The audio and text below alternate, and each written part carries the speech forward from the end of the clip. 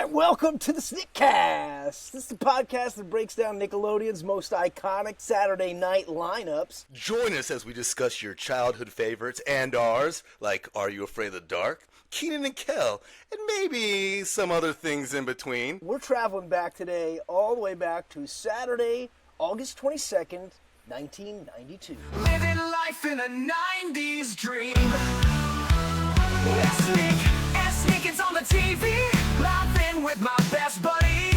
Yes, Snick, so right. Nickelodeon all night. Listen, some big news on this day. This was actually the day where Hurricane Andrew, if you can believe it, became the first hurricane of the 1992 season. Now, I was a little Floridian kid, so I vaguely remember all this action. My parents were probably boarding up the house as I was watching Snick, so just not even paying attention. That's my guess. And then Anthony, and I know you're a big FBI history junkie. So this was the day that the 11-day siege upon Ruby Ridge in Idaho was completed by someone getting shot.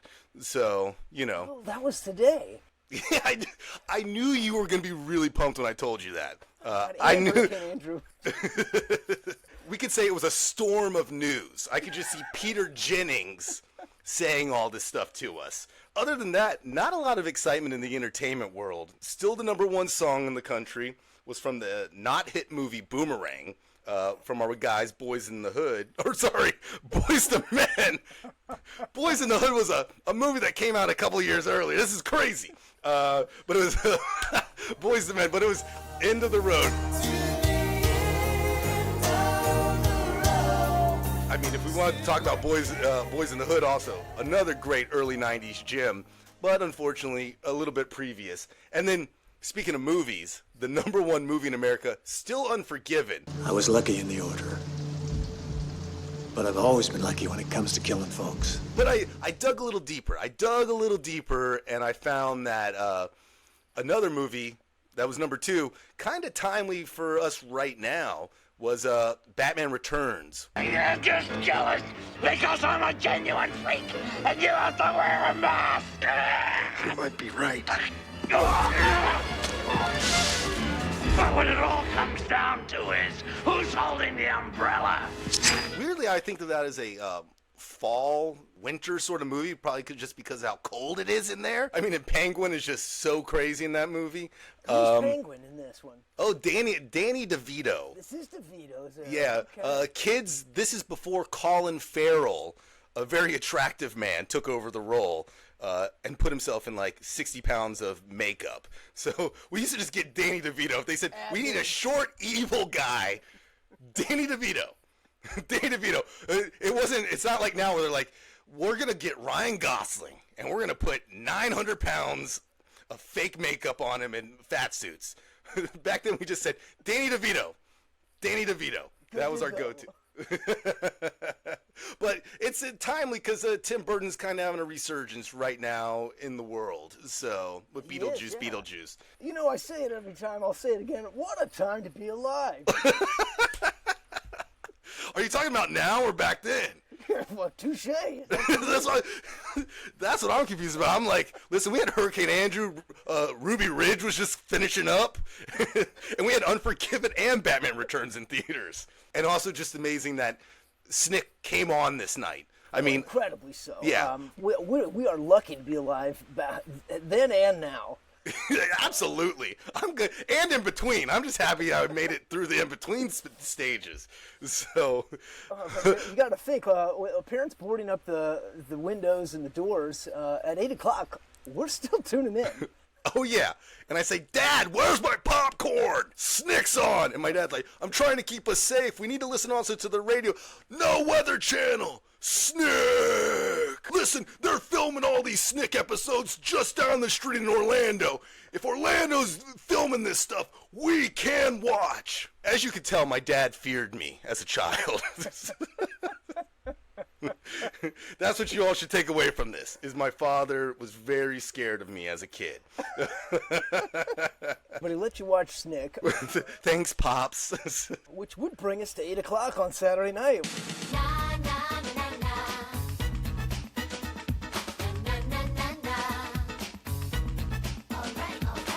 This episode was a fun one. We actually got to see the episode that aired on that day. It's not a mystery online. You can actually pull it up. It's amazing. I mean, it's so nice that like they have some of the shows available for us. You think Some, but not all. Yeah, we're hungry for nostalgia. Paramount Plus, give it to us. Please. Give us Totally TV. And then we'll watch this episode, The Understudy. And if you can't guess what this episode is about, then you never did a play as a kid or whenever in your life. In which So case, this is going to be your least favorite Clarissa Explains It All episode. Because it's very heavy about theater and plays.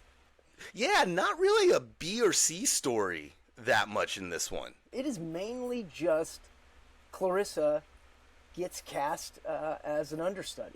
Right from the get-go, she hates this. She wants to get out of it. She gives us her kind of a brief rundown of past year's plays. In Bye Bye Birdie, her costume split up the middle when she hit the high C, which I thought was an interesting fact. And then, yeah, she drops that this year's going to be the Pirates of Penzance. Am I saying that? Yeah.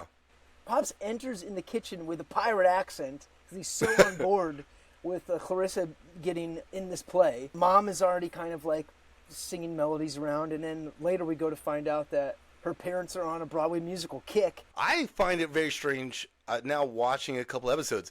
I'm slowly, and this might show my age particularly, I'm starting to think Dad's pretty cool.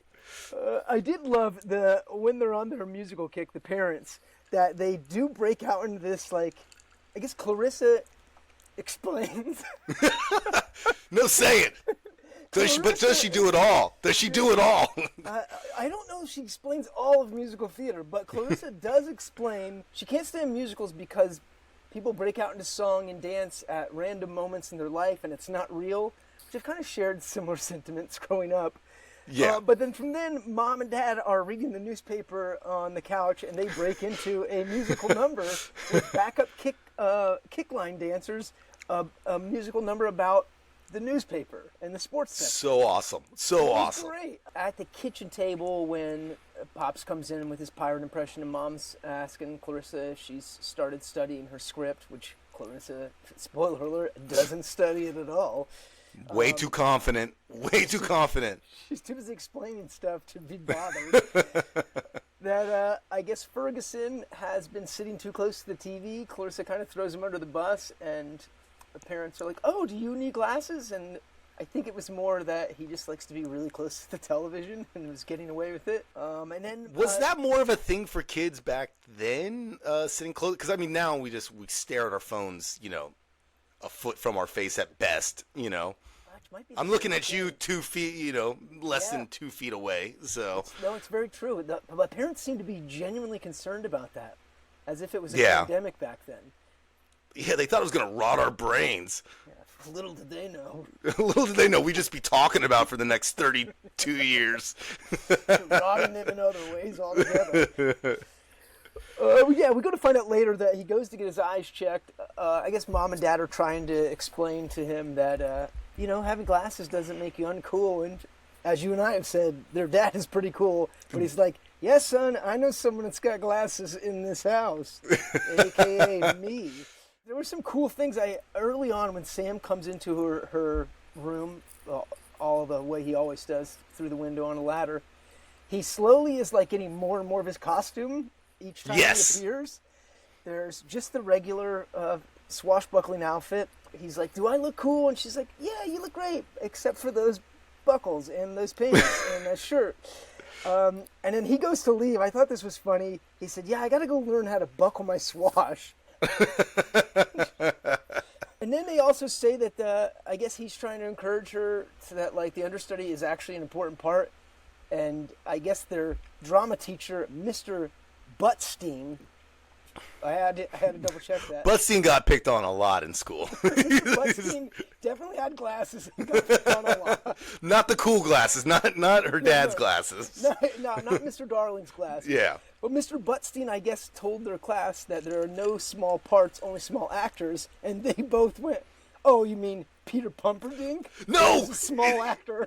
Is it Peter Pumpernickel or is it Pee-wee Pumpernickel? Oh, Pee-wee's even better. So so actually, this was something I wanted to discuss. I went on the Clarissa wiki, and I looked up names of characters that are on the show. And I went to Peas. There's no one by the name of Pee-wee, anything like that. So I don't know if it's just the one throwaway line, but I would love for more Pee-wee or Pumpernickel or Pimpernickel, whatever they called him. Pumperdink is what I have. Pumperdink. Oh, yeah, see, you have Pumperdink. I just thought it was funny that that classic line, there are no small parts, only small actors, but that they actually refer to one kid in their class who is a small actor. Man, what I wouldn't give to see Pee-wee. I would love to see that guy. Now, did you notice there was another tofu reference in this episode? Early on, Clarissa reviews, I guess, bad experiences, which I guess is why we get the understudy experience. But she went through bad fashion experiences, and this is where we got to see the graphics come up, and a flashback where a friend returns a sweater of hers that she ruined with what looks like toxic waste. And then another bad experience was a bad tofu experience, is what it was labeled, and it was tofu pizza. Exactly. Ugh. And then there was a bad gift experience where her aunt Dorm maybe gave her a hat, scarf, and mittens that looked like they were all sewn together as one piece. I wanted to talk about her ideas for how to memorize the lines once she realizes that the lead girl gets sick and she's not going to be able to do it. And she tries to get out of it all these different ways. All these techniques that she used, were these any that you ever used? Does listening to your lines as you sleep work? I gotta say, I've never tried learning lines overnight. Yeah. I have tried early days recording them and playing them back, and I've always found it to be kind of stupid. Because it just was my voice saying it the same way, in which case I just would be always saying it the same way. Yeah, exactly. You never changed the tone or felt the emotion of it. It just always was like, I like those bagels. I like those bagels. I like those bagels. Got stuck that way. Ferguson goes to help her learn lines because he realized that she's coming up. Right. That old Sarah Beth has in fact gotten strep throat, and Clarissa has to go on, and she has not read any of her lines up to this point. And we're talking a couple of days before the show. First off, bad teacher.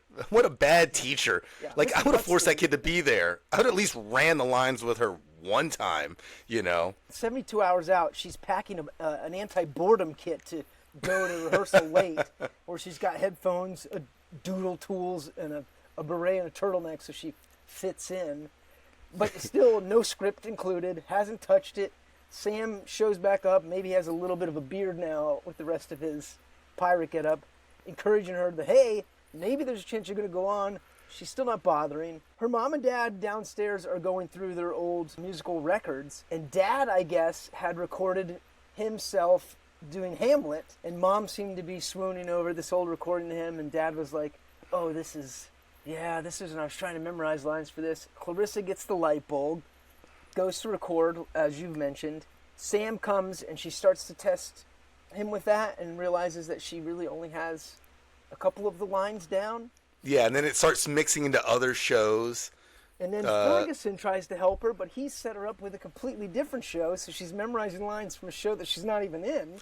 Now, was that because Ferguson couldn't see? Was that what the implication? Oh, interesting. I just pieced that together right this moment. Oh, these writers are... And I'm in my late 30s, and it took me that long. This show, we could talk about this show. There should be books written about this show. The layers! We knew Ferguson's eyes were bad before he even went to the doctor.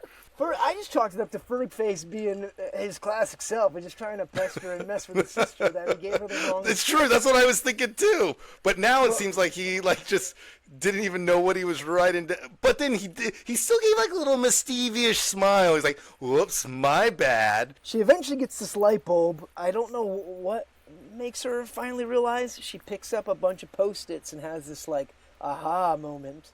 Yeah.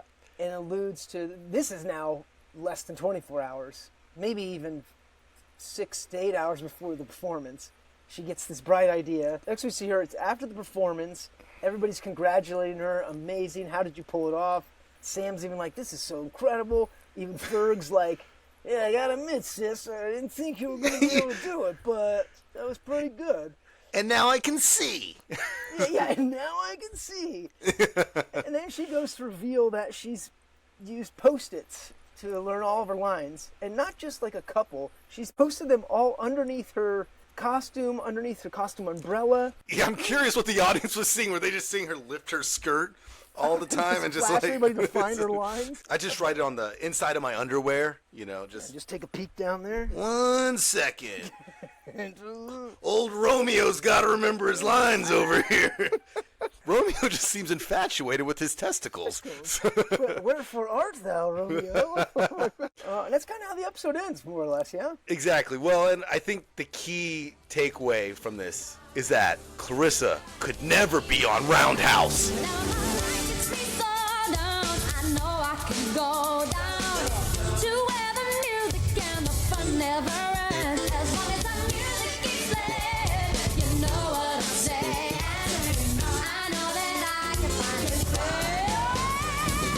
Couldn't cut it. I think you're right. Based off of the talent level that this cast of Roundhouse has, there is no way that Clarissa could be an understudy for them. No, and I gotta say, watching this second episode, oh baby, this was so good. I can't honestly I think it's more enjoyable now than it was when I was younger. I'm just so impressed by everything. I'm so impressed, and there's a lot of jokes I know I did not get as a kid. They went right over my head. I don't know why this show is not available to watch, and why this is not being a revived or talked about show. I'd be hard pressed to think if there's kids that age who could do it right now.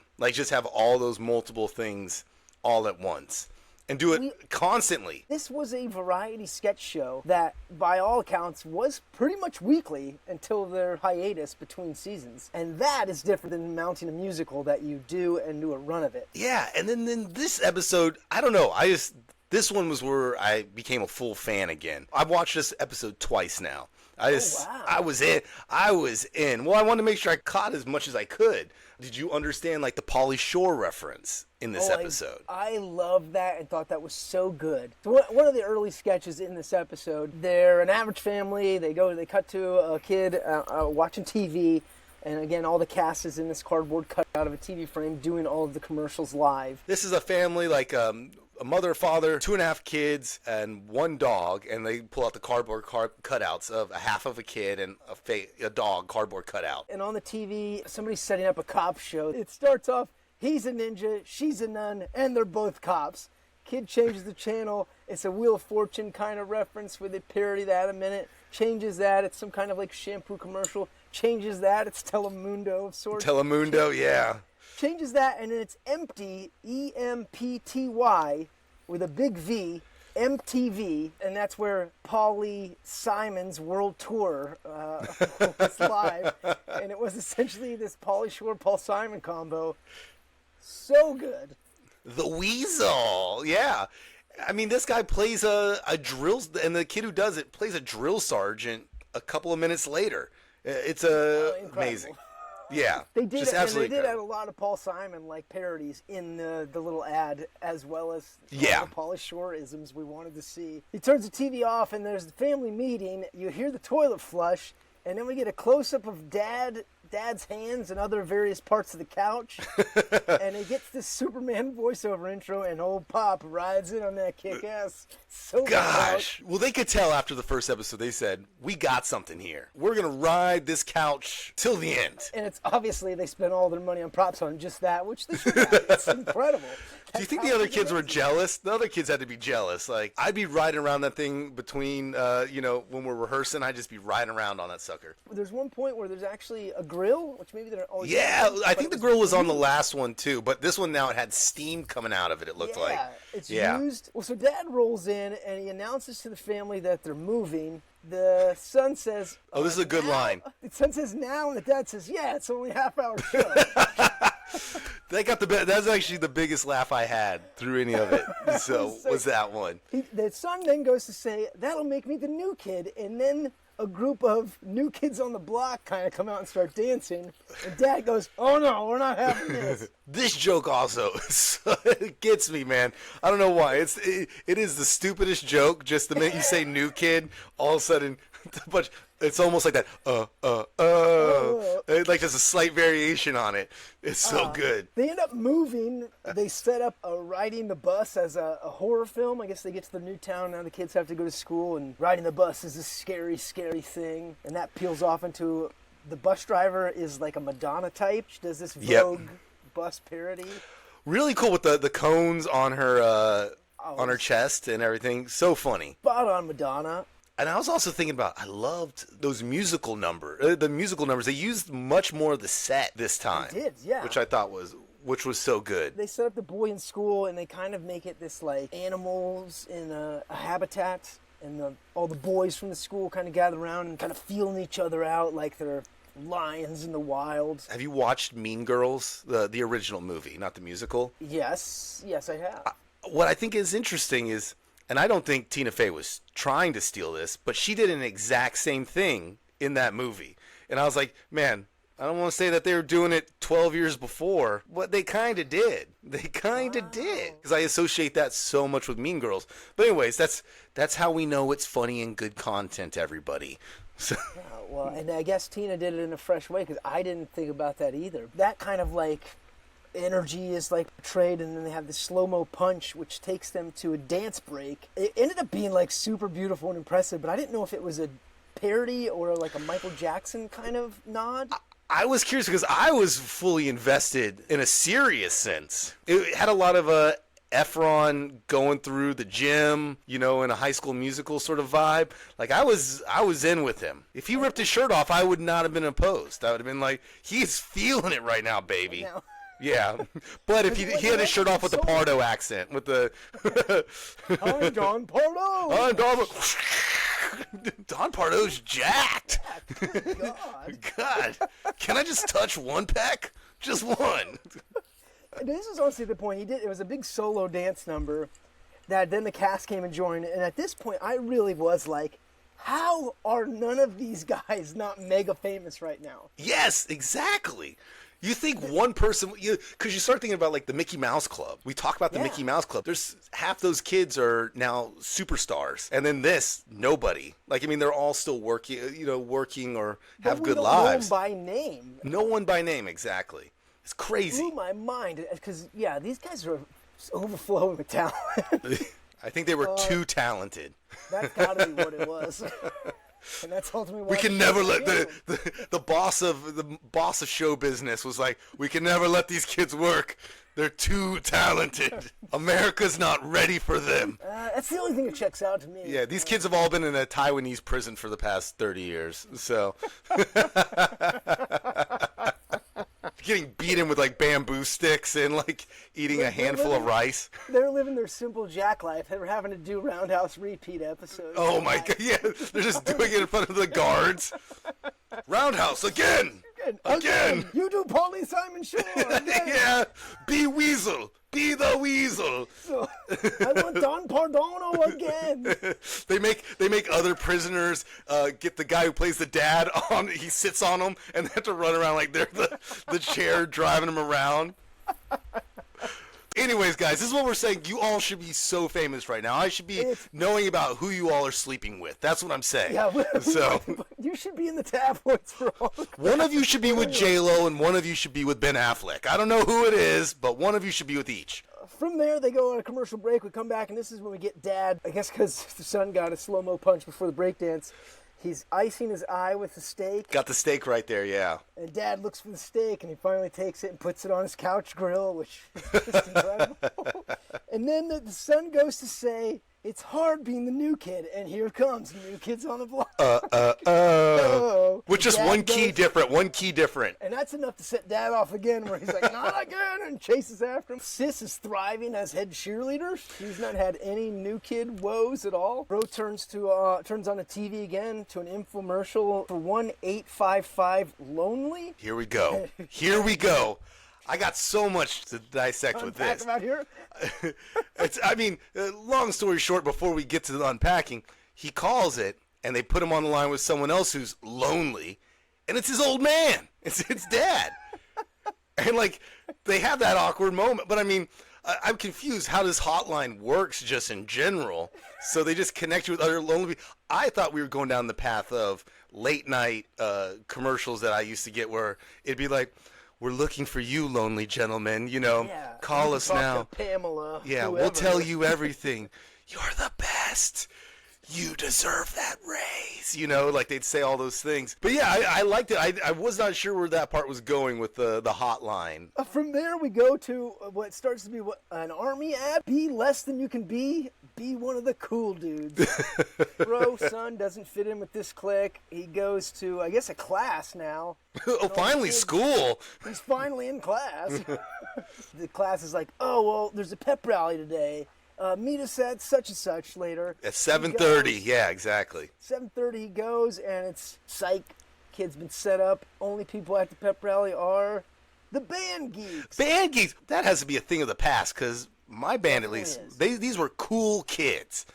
And I say that very loosely, but they were cool to me. Our band was, when our football team was losing every game, was winning competition. So I always was like, mad respect for these guys. They're doing these guys and gals. They're doing their thing. I don't know. The band geek thing must just be a thing of that time period. But at this time, it was, I guess, social suicide to be with the band. With the band, yeah. Then we get Bro having a nightmare from here where he's in a bed, but he is standing upright on stage and a blanket's pulled across him and a pillow is put behind him. Visually, it was very fun. Yes! I mean, that's the great staging. We pull back to reveal Bro's watching TV again, and this was very funny. This TV channel change segment changes the channel, and the announcer says, "You're watching adolescent deformed Taekwondo tortoises." After infant Muppets, which I thought was so funny. He changes the channel, and the announcer goes, "You're watching preteen genetically altered martial art iguanas." You wonder where our sense of humor's come from. He says, after premature Muppets. Which that had another heighten there. Changes it again and says, "You're watching kinda young, really screwed up karate koalas." Followed by a Muppet zeitgeist. It was so funny. And then he says, "And now back to MC Hamster," which is another great MC Hammer parody. Instead of "Can't touch this," it's "Can't catch me." That was really great. Now, is the duet about to come up now? He peels off and starts this. I don't know if it's a sing-along or whatnot, but this is beautiful. Yes, this is crazy. That he pulls into. I don't know if this was a cover of something or another, kind of Michael Jackson-y, "We Are the World" kind of vibe. But right. This is a beautiful number. The cast all joins in. It was really, really good. I'll say, there's not a lot that I can complain about with this episode. I mean, at this point, I was just like, this is just great. I mean, I'm glued both times I watched this. At the end of this beautiful number, he ends up running into a kid, and that kid ends up being the new kid, and he gets really excited. He's like, "All right, I'm no longer the new kid," and guess what that cues? New kids on the block coming back out again. Dad comes out again. No, not again. Chases him off. He says, "Look, we're done here." Reprise the theme song, roll the credits. Keep watching. There's more Snick coming up next. This episode of Snickcast is sponsored by Popsicle's new Lick-A-Color by Good Humor.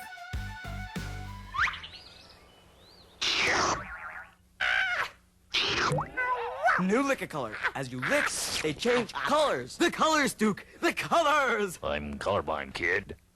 Popsicle. From Good Humor. Now back to the Snickcast. Well, that brings us to the 9 o'clock hour. Oh, baby. Some people were good. This is when it's like, oh, this is normally my weekday bedtime. But no, Saturday nights, I'm up. I'm up right now. I got an hour left. And this is where we get a classic Ren and Stimpy episode.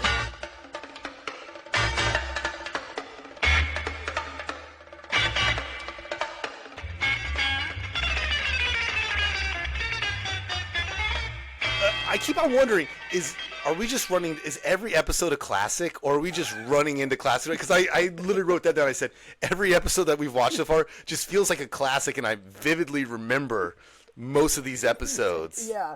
Yeah. I mean, maybe we say that every time, but this one definitely felt like a class. What is this one officially called? I just called it Toothache. So based off of what we're told online, it was supposed to be Ren's Toothache and Big House Blues. However, Well, guess what? we ran into another hiccup, another online mystery. Mystery. Big House Blues, much like In the Army Now, is not available. There's only clips here and there on YouTube, and we don't know what happened throughout the sands of time. They paired Ren's Toothache with Rubber Nipple Salesman, which was a favorite of mine. Well, and I mean, and I started looking through to see, like, does Rubber Nipple ever come back and come on a rerun or something? I can't find it that it actually was on a rerun or anything during the show. So I'm kind of curious to see. This might have been, did it ever actually come on during Snick normally, the Rubber Nipple episode? Or segment. We should say segment, I guess, because it's... We'll call it a segment, yeah. Yeah. Well, and we may never know, since all the streaming services won't give us it. Exactly. So we watched Rubber Nipple Salesman as our part 2 segment instead of Big House Blues, since it'd be easier to talk on. Exactly. So if you kids are wondering what you need to watch right now, we're gonna sit here for about 5 seconds. Pause right now. Go do it. Go do it. Pause. Promise we won't talk about anything cool. Hey, and we're back, guys. Oh my, Rubber Nipple, right? Rubber Nipple. We're not kidding. I'm talking about that was an episode. That was it. But first, let's go Toothache. We'll go Toothache first, though. Toothache was first. So, Yeah. Toothache, we start off at bedtime. Ren is curled up in his bed, and Stimpy's brushing his teeth at what sounds like a construction site coming from the bathroom. You're talking jackhammers, bulldozers, cranes, the works. Instantly relatable, though. I think we've all been roommates with somebody who you don't know what's happening in that bathroom, and it's always just kind of strange. We go to find out that Stimpy is just brushing his teeth. He then spits out his backwash into a mason jar that he twists and puts in a cabinet where he saves. I was wondering, so why does he collect them? Is it just because just to show how great his backwash is? Like, what's really the purpose? They don't explain it either. They just show this collection of, I guess, Stimpy every night saves his backwash. Then he goes on to floss, another loud noise, like sound effect. Then there's a water pick, and they keep cutting to Ren, who just keeps cringing and can't deal with this. Finally, Ren goes up to see what he's doing. Stimpy pleasantly says that he's brushing his teeth, and Ren tells him, "Oh, that's a waste of time. It's kid stuff." Which I feel the same way. I got to be honest with you. That's what kids should be doing. Stimpy goes on to say that he should brush his teeth if he wants to have a smile like his, and then they show this close-up of Stimpy's giant smile. Ren shows Stimpy his smile, and it's this rotting, smelling, grotesque. It makes the mirror crack and break. Every bad thing you can imagine. We fast forward a little bit to bedtime, and there's this over-exaggerated throbbing that's going on in Ren's lower jaw. And I don't know about you, man, but that made me cringe. Oh, yeah. Well, because I think we've all had a little hurt in the tooth before. The way they animated it, I could almost feel it. Boom, boom, boom, Oh, boom, God, boom. it was painful. Stimpy from here, this is where it gets going. Ren doesn't know why it's happening. Stimpy explains to him that, oh, that's your tooth beaver. That everyone has one, and he's chomping on your nerve endings. And so we see this little bitty beaver inside Ren's tooth, chomping on a nerve. This is one of the to me, this is one of the grossest things ever on this show. I honestly, my eyes were squinting a little bit as we see him biting into the nerves. Woo! Gosh, just saying it, woo, it gets me. Yeah. It hurts. This is worse than fingernails on a chalkboard. Oh gosh, absolutely. You gotta think, this is a beaver too, with his big, long, sharp teeth, just chomping down on an exposed raw nerve. Yeah. Stimpy tells him that the reason the beaver's chomping down on the nerve ending is because it's the best part of your body, and your tooth beaver knows this. Well, as he's sleeping, he's slowly, you could see the dust of the teeth is starting to come out of his mouth, just slowly making a pile next to where he's laying. He wakes up the next morning to no teeth. The beaver did his job. He goes to the sink to smile, and at this point, you can see the odor floating out of his mouth. And these little danglers, these little dangling nerves just hang. Oh, God. Oh, God, yeah, it's terrible. and the smell is so bad that even the tooth beaver can't take it. The tooth beaver's like, I've had enough of this. Gets a suitcase and a fedora and exits his mouth. And then the fleas in the litter box or the flies are like, flies can't take it. They're like, boys, let's get out of town. They start screaming at him. This is grotesque. As they're sucking on, cat turds. So, which is apparently is much more pleasant than Ren's raw exposed nerve ending.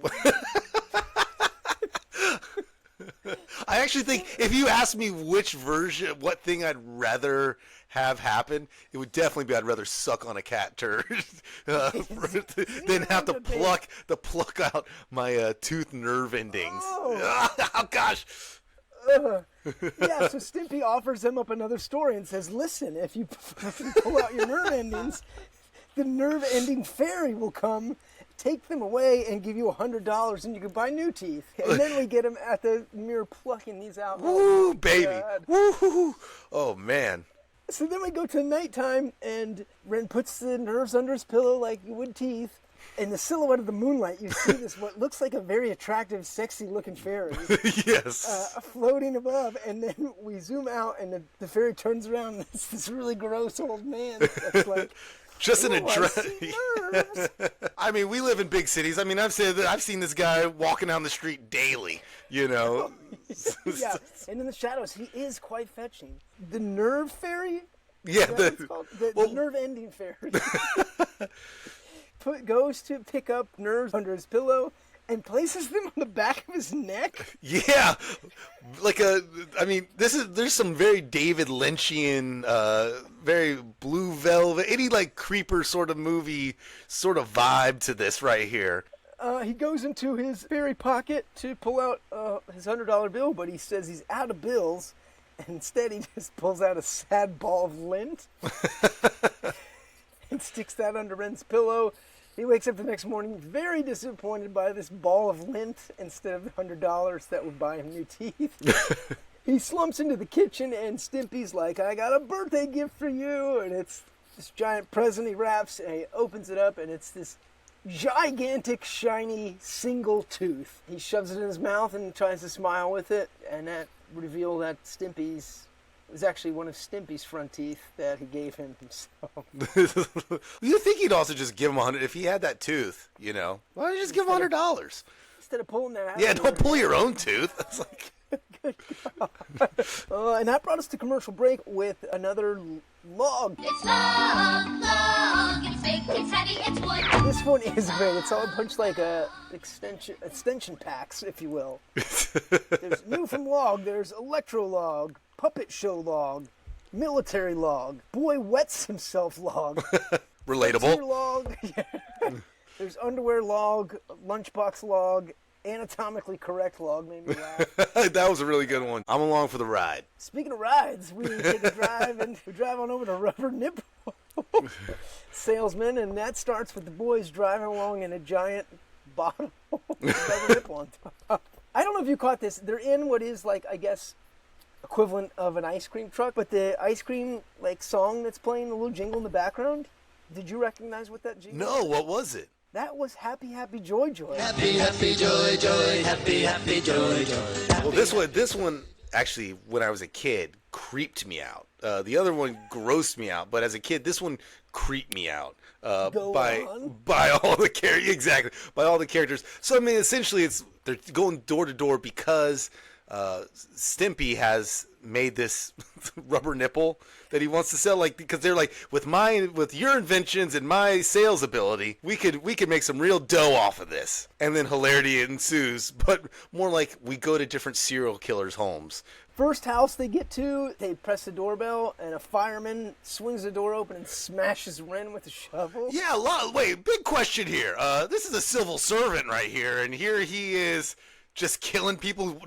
I mean, if I live next door to a fireman, I might knock on his door and say, hey, buddy, I got a fire. You mind helping me out? Take medicine. Instead, the guy's an animal abuser. Come to find out, he'll kill any dog or cat that moves. He's supposed to help us get him out of trees. His excuse was, "Oh, sorry, I thought he was a circus midget." I thought he was Danny DeVito. I thought he was Danny DeVito in Batman Returns. My bad. My bad. Classic fireman mistake. I guess he's not going to be Mr. November. That's actually. I would like if he just had a catalog where he's every month. So, but it's just him doing horrible things to different animals in each one. And it becomes an ASPCA ad. They go to the second house, and this one I think is where I join you on started to get creeped out about things. Second house has like 12 different deadbolts that all unlock before we open to a really, really buff horse. Yes. Wearing a nipple on his head already. And we pull out to reveal he also has nipple shorts and nipple shoes. Rubber nipples, for the record. So he doesn't have much of a need for the rubber nipple that they're selling. The guy is stocked on rubber nipples, from what we can tell. He goes and asks, "Do I know you? Did my wife send you? How do I know you're not the FBI?" They try to sell him more rubber nipples. Yeah, I think they're like, it looks like you could use some rubber nipples. They were trying to get him in on it. And then what does he bring out? He brings out another. He goes, "Oh, I'm all gonna rubber nipples, but do you have any rubber walrus covers?" And he brings out a walrus, a live walrus. I guess he's hooked onto something. And the walrus kind of whispers to Ren Stimpy, "Call the police." That was a joke that flew probably right over our heads as kids. But it made me laugh so hard watching it back. I know. They get out of there, and I guess Stimpy begs Ren from here to, like, "Please let me sell the next house. Please let me sell the next house." Yeah, he just wants to sell so bad. This one, I think, stood out to me as a kid. They get there, and they open, and we just see from the knees down, hairy legs of just some man. This guy's, like, down for the sale. He's like, "Yeah, come on in." Very friendly, like, invites them in to get the sales pitch.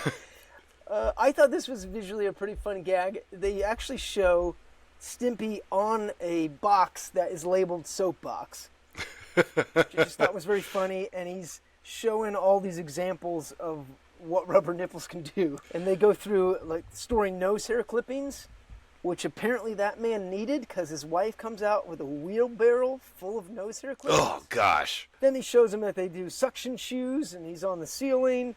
Their finger gloves all over, like little thimbles.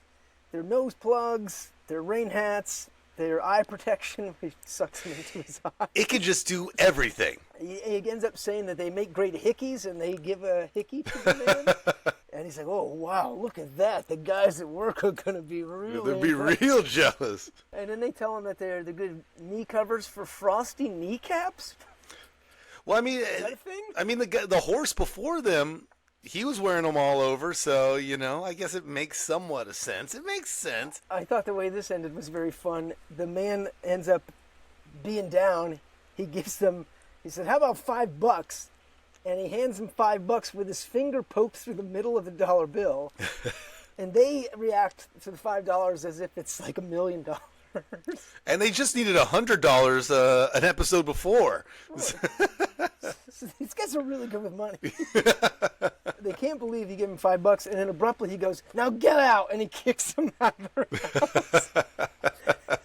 They literally go flying and land on a couple bulls that take off galloping away into the sunset. And that's the episode, pretty much. Come on, let's gather around the fire, baby.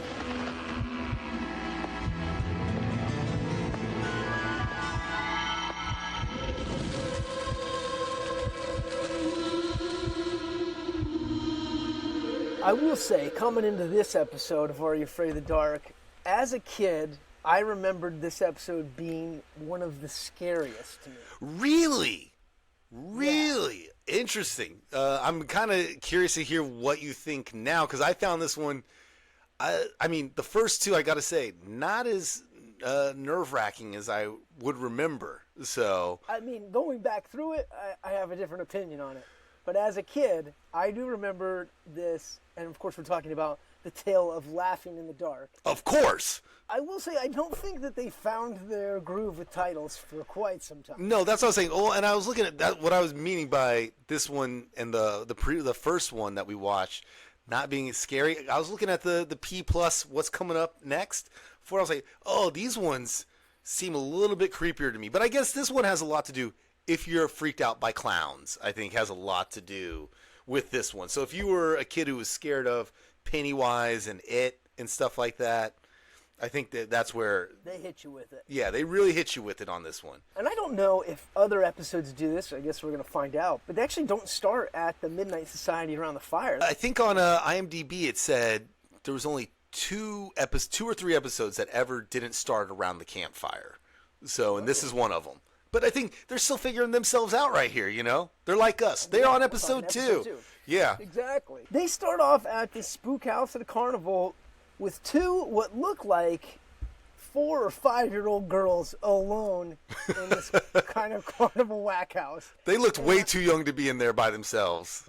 Oh, there's no way their parents are letting them go in there. No. And then we cut to the Midnight Society to find out that, I don't know her name, but they refer to her as Miss Perfect, that she's like, I don't do clowns, I'm out of here. Well, that actress, that girl later played on, and I think I might have said this on the last episode, she played the Alicia Silverstone part in the Clueless TV show coming up. So in terms of perfection, she was about as close to perfection for a young man. As you can get. For me, that's what I would say. I was going to say, she did look like a knockoff Alicia Silverstone. She's been cast appropriately. When those little girls are going through the house, the big scare at the end is you open one door and there's this creepy clown. What's his name? Zeebo? Zeebo. It says, so I'll remember it like TiVo. That's a thing that's not around anymore also. Zeebo. TiVo. What's scarier than a TiVo clown? Now those girls freak out, they run out, and then we go to the campfire where the Midnight Society. They've already started the story, but they haven't thrown the dust in and said the whole... Right, like what was this one? Is this like, hey, I just want to do like a little warm-up? Which kid is telling the story this time? We get our first female storyteller. Finally. Yeah, finally, episode 2. I don't know. I don't remember her from the first episode. Oh, I do. Yeah, she was in the first episode. She was the girl when they're giving all the thumbs up. She gave the most fake, like if that boy could join the Midnight Society. She was the one who gave the thumbs up that I was just like, what the fuck is that thumbs up? She gave like this, like, all right, buddy, you earned it. She's got sass already. That's why she's going to be sitting there telling the story. Yeah, so that's why she's in to scare Pretty Girl. She's in to scare our precious Alicia Silverstone knockoff. Who they finally talk down to like, okay, stick around. Fine. Fine. Okay. Then they take us into the Midnight Society, gives us the official dust into the fire, up into the story. I didn't get official afraid of clowns. You're scared of clowns, guy? I honestly no. Something about maybe not scared of clowns.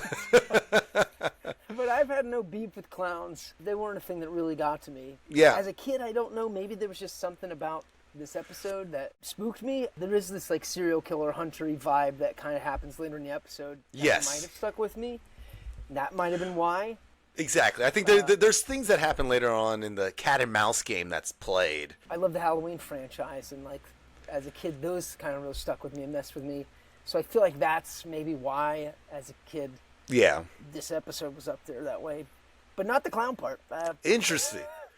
So, I mean, like, when these kids think about going into the house, you would have had no hesitancy going in there? By myself, even to this day, I would never do one of those by myself. Yeah, but you weren't a punk bully like, what's his name? Yeah, Josh is his name. Yeah, Josh. That lead kid, he is such a little punk. Like the quintessential 90s punk kid. 90s punk kid. Backwards cap, and he's talking trash to his other friends. I'm brave, you're chicken. But he's our hero, though, for this in a lot of ways. So...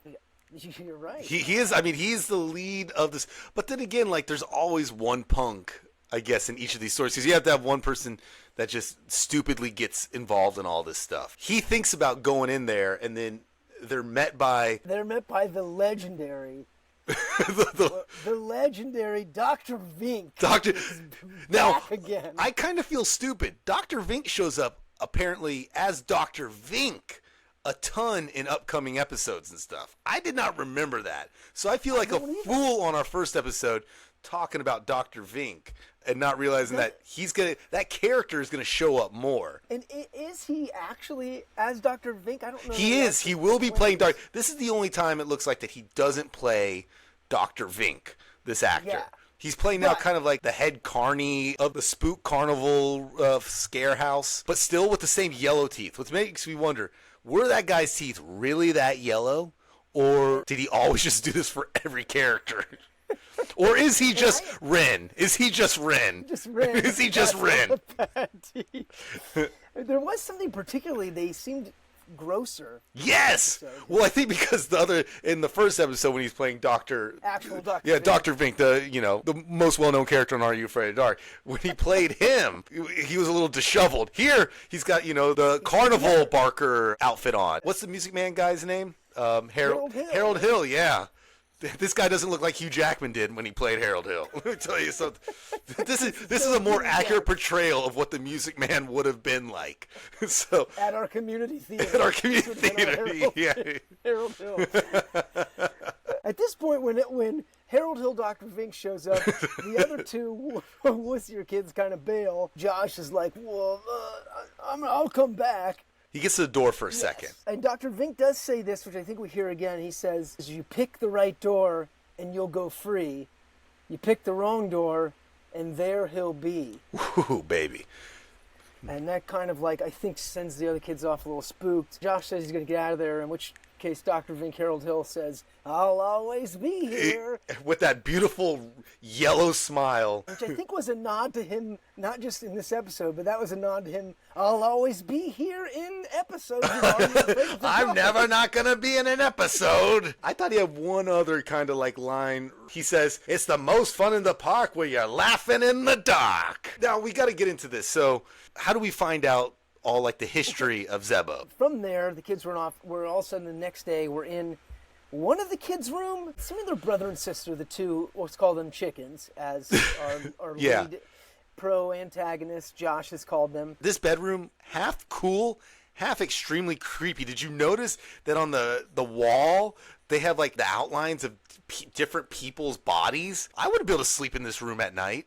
I would just see the outlines of all these shadowy bodies. I was more fixated on the generic sports posters. And the fact that the kid had a full-size hockey goal in his bedroom. Yes, that was really cool, though. And they were Islanders fans. Islander fans, too. Okay, so you didn't catch that either. Yeah. It just seems so generic. They're kids, I guess Ouija and his sister, who I don't know if we ever get her name, they've done their research and printed out Wikipedia on the legend Zeebo, and was an old circus that Zeebo ended up stealing the circus's payroll and smoked a lot of cigars. Zeebo, really bad habit. Really bad habit. And that he, I guess, accidentally, quote unquote, burned the place down and everyone in it, including Zeebo himself. Including himself, exactly. And so the legend has it that the ghost Zeebo is still trapped there. This is where they did a really cool transition where I guess Josh grabs Ouija and spins him around to where his back kind of covers the camera. And then when he clears it, we're all of a sudden at night in front of Spook House. But we have to. But the weird thing about it is they're both we're not going in, but he has to have some proof for going through. Yes. Because he's gonna go by himself. They claim that then you could just stand inside the door and walk out. And so he has to find proof that he goes to. And he says, to beat Zeebo. Exactly. And he goes, "Oh, I know what I'll do. I'll take his nose." And then surprise, surprise, the carny's right behind him, ready to let him in. What, boy? Are you ready? It's me. In true Harold Hill fashion. It's me, Mr. Hill. Didn't mean to scare you, my boy. And then he goes through the funhouse. He goes past a really lame jump scare thing into the funhouse mirrors, and then he startles himself, but then he realizes, oh, it's just me. It's just me. I just look like a scary ass motherfucker. He starts dancing or whatever, moving around to it, and he starts making fun of Zeebo.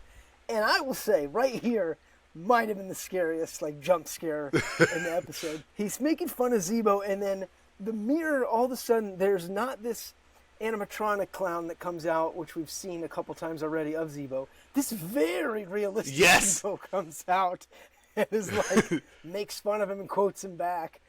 This is like the only time we really see Zeebo. And I couldn't tell, was it actually Harold Hill, Dr. Vink as Zeebo? Well, that's the thing on IMDb. I mean, not to spoil it, it says that he played both parts, but did he just play the voice of Zeebo too? I will note this. That Zeebo's teeth were pretty nasty, and that would kind of explain Dr. Vink's... So I think it probably was the actor, but now was it supposed to be also Harold Hill? We don't know. That's the thing. But it was terrifying. I legitimately was like, oh my God. Yeah, to me, that's the scariest part of this episode is that one. That has to be going back to because then he finally, like, smells cigars. And all of a sudden he leans up against a wall, and that wall spins and dumps him into this bright, colorful room with all of these numbered doors. Which we had seen with the little girls earlier going in there. Yeah, a little sneak peek, a little teaser. A little tease, you know. So then Josh decides that he'll pick door number 5, and it's like a lame skeleton cardboard cutout kind of thing. Lame-o. So then he's like, all right, I'll go to number 4. He picks 4, and it happens to be a finger pointing to the exit and like an applause. He's got it. Hey, he did it. But he went in there for something. Even though he went through the house, he's got to get that nose, baby. That sweet, sweet nose. He's got to get it. He wants it. He's got to have it to prove he's the man, that he's got the gonads to go in there. So he stops. He hesitates. Walks right over. Opens that door. Of course, Zeebo just comes popping out. Like kind of just... But again, now it's more of like a mannequin statue version of Zeebo. It's not realistic looking. It's not. It's not the dancing or anything. It's just kind of a stand there, light up sort of guy. Grabs the nose, goes, got it, and then zooms out of that door as quickly as possible. Ouija's got to wear that red nose to school now because he's a loser and Josh is a winner. Exactly. He's the hero. They're like, I'm not wearing this to school. Throws it. And then you hear the little rustle over there. He's not spooked, though, because he's cool. Then he turns and he leaves, but the camera lingers, and we see, from what should be an adult-size vantage point around the building, cigar smoke. Yeah, like if two Danny DeVitos were standing on top of each other, that's where the cigar smoke is coming from. And I like this also. I like broad daylight scares, too. So this is like, this is warming us up. It's like, even like we were talking about the Halloween movies. Some of the biggest scares are in the middle of the day because you're like, oh, whoa, it's not even safe during the day. And now we're going to nighttime. And then he gets home. And this is where I think I started to get scared. Right. He gets home. Parents aren't there. Parents leave him a note saying, you probably forgot, but we're going to the theater tonight. He's like, oh, yeah. We're seeing The Music Man, Harold Hill. And then after that, we're seeing the Pirates of Penzance. Clarissa's going on. We got Clarissa doing this. But cold spaghetti, which actually kind of got me a little like reminiscing because I remember loving getting some of that leftover spaghetti as a kid. And a big old serving of chocolate pudding. Gosh, I must say, Mom, you don't want your son eating all that. Yeah, that was a very large bowl of pudding. And, like, Mom had to know. He's going to go straight for it. But at least, kid, this is why he's really evil. He uses his fingers. Doesn't even get a spoon out for it. Straight up, he is deep fingering his pudding. Yeah. And then he hears a noise. Yep. Drops that sucker all over the place. Talking that pudding splattered everywhere. I'll say, well, it's important that we talk about the pudding splatter. So that pudding is on the ground, which is an important story moment. And I kind of, I was like, wow, they really lingered on the pudding on the ground. So this is going to mean something. So then what happens, because on the first floor, what happens when he's on the first floor? He hears a noise. He goes to the closet, that creepy trope. He sneaks up, opens it, and it's just brooms. It's just brooms. God. Just brooms in the closet making noises by themselves. Yeah. Why do brooms do that when you're all alone? kills me. Yeah, but they always do. Yeah. They find their time to come out and shine. At which point, the phone, he gets a phone call from his pal Ouija. Yeah, and he's now, I think because he's getting scared, he's a little bit more sympathetic for a split second. He's like, you know what? Ouija's like apologizing, and he's like, yeah, okay. I'll wear it. You only have to wear it one day. Fine, one day, that's fine. Hangs up, and then the phone rings again. And we hear on the other line, he's like, oh, listen. He goes right into like, listen, Ouija, you're just going to have to, and all we hear is, bring it back. So naturally, that would freak anybody That'd be enough. out. That'd be enough. As it did Josh. So then Josh runs back into the kitchen and pulls out just a shit ton of forks. Solid plan. Puts all these forks on the counter, and I don't know what he's going to do with them. The microwave goes off. He realizes, oh, he's burnt the spaghetti. He pulls out the spaghetti, and this point we're seeing a little bit of purple smoke out of the microwave. Yeah, you're like, that's strange. Usually don't see that in a microwave-safe bowl. And purple? Yeah. Okay. And then he goes to take the lid off of the spaghetti, and once the steam clears, we realize, oh, this isn't spaghetti. No. This is a bunch of cigars. Yeah. He takes off to his bedroom, runs up there, and this is where you kind of get the like Halloween cat and mouse feeling. Goes and shuts the door behind him, doesn't lock it. Nope. Like a classic idiot. Sits on the side of the bed, calls up Ouija, and is like, listen, man, did you just call me? Did you just call me again? Ouija's like, dude, what are you talking about, man? I told you, stop taking drugs alone. For some reason, the door doesn't open or does lock. Well, he had like the top lock. He locked it, and then it starts doing the shake. It starts doing the. That's right. And then what next is a balloon. Blows up. Comes up and it says, give it back. It has it written on there in marker. Give it back. And then it pops. And then it pops. We didn't even go back to the pudding stuff. Because he... Oh, so before he ran up the stairs... To his room. Yeah, there's Zeebo's class... Because Zeebo had his own brand of shoe. He sees that something in a clown shoe had stepped in the pudding. And it was shaped like a clown shoe. And it had a giant Z at the bottom. A perfect Z. What a badass. Zeebo even had his own shoes made. So then the balloon pops. He gets spooked again. And the next we see him, he's outside of the spook house again. He knows what he needs to do. Yeah, it's clear. He's got to return that nose because it's been asked of him to give it back multiple times.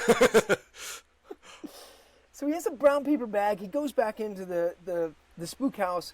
None of the exhibits or scares are on. It's all shut down, clearly, for the late night that it is. He gets to the door, bangs, and lets himself into the colored room with all the numbers on the doors. Goes to number 6, gets Zeebo to come out again, kind of like begs for mercy. Yeah. Gives the clown nose back. And then he offers up a full box of cigars. And I gotta wonder, where's this kid getting cigars? Dad's gonna be pissed. Hour? Dad's gonna be pissed. Well, so then the door opens for freedom. He leaves, and then there's old Dr. Vink Harold Hill again, saying, "It's the most fun you'll have in the park when you're laughing in the dark." Which brings us back to the campfire, and they're like, "See, you can handle this," to knock off Alicia Silverstone. Yeah, and she's like, yeah, it wasn't that bad. I guess it's fine. Totally. The bratty kid puts on a clown mask and scares her, and she runs off, and that's when the credits start rolling. Yeah, interesting way they ended this episode a little different than they normally do, and then they started it differently. They're still trying to find their voice as well. And clearly, so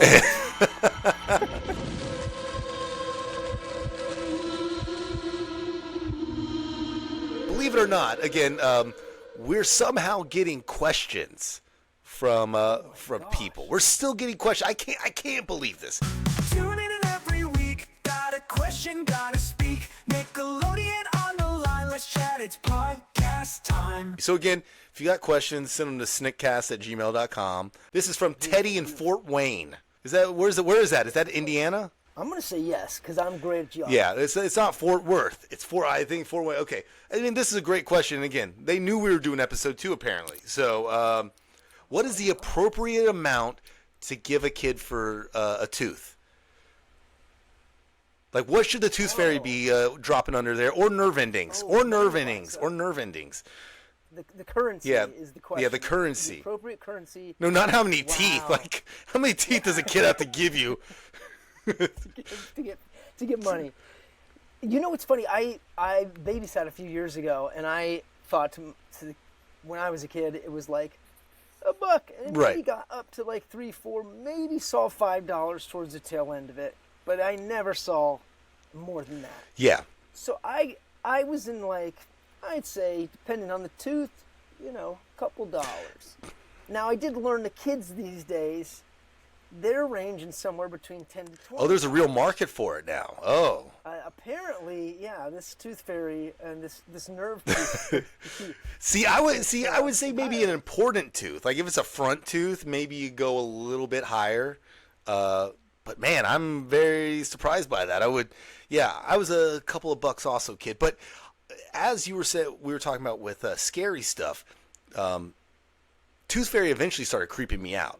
Because then I started realizing there's a fairy that's coming into my room in the middle of the night, touching close to my head, and I don't even wake up and notice it. Same thing kind of happened with me for Easter Bunny too. I started like I woke up one night and I thought on Easter and I thought I heard the Easter Bunny, and I was excited for a second, and then I realized, oh wait, there's a giant fucking Danny DeVito sized bunny in my house.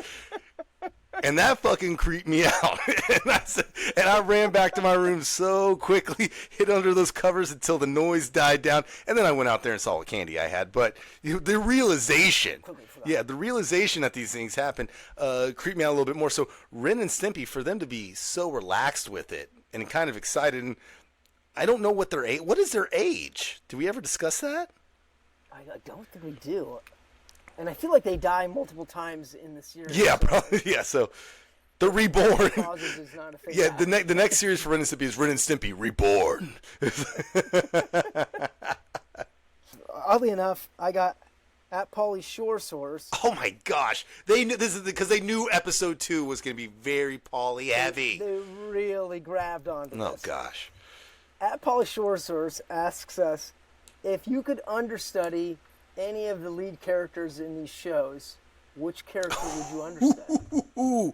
Oh, baby. I think I'm going to bring it back to Dad on Clarissa, Mr. Darling. Okay. I'm ready to be Mr. Darling. He's turned a corner for me. He's a cool dude now. And I think if I could just bring a little of that energy, I'd just be #blessed. So... I love that. Yeah, how about you? I feel like I'm going to stay in the Clarissa realm. You claim Dad, which I think is a great call for you. I hope you get your stage. Thank you. I just need him to get strep throat just once. Just once. And then it's mine. Then the part's mine. In the Clarissa realm, I would choose Sam. In that, as a kid, I always wanted to be... I wanted to be Sam. I wanted that vibe. Yes. I wanted to enter houses through a ladder. I wanted to skateboard and his whole vibe. I wouldn't want to be pirate number 1. Oh, really? You'd probably be 4 or 5, right? Yeah. Yeah, I want to be up in like the lower numbers, not the double digits. Let's chat. It's podcast time. So just remember, we're snicking with you. We're gonna keep the good times rolling. Next week is another fun week with some really interesting episodes also. But Ren and Stimpy, this is when Ren and Stimpy gets into the reruns. We'll keep it fresh. We'll have a new one for us. Well, what's the lineup for Nick at Night as everyone's getting ready to call it an evening? As you're winding down there by the Midnight Society's fire. Drinking a little Hennessy with your girl. You know. Maybe getting some pudding ready. Maybe warming up that spaghetti. Maybe smoking some Winston cigars. Keep the TV on for Nick at Night with Alfred Hitchcock Presents. Followed by an all-new old Mr. Ed. Yeah, what's up? What's Mr. Ed up to this time? What's the name of this episode? The name of this episode is called Wilbur and the Lion's Den. And Dragnet's going to follow that if you make it to midnight.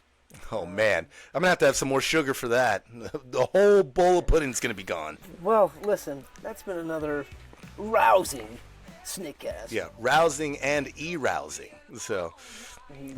Always at the same time. Make sure to look at some pictures of Danny DeVito and Zeebo. All right, let's put out the fire, baby. Let's do it.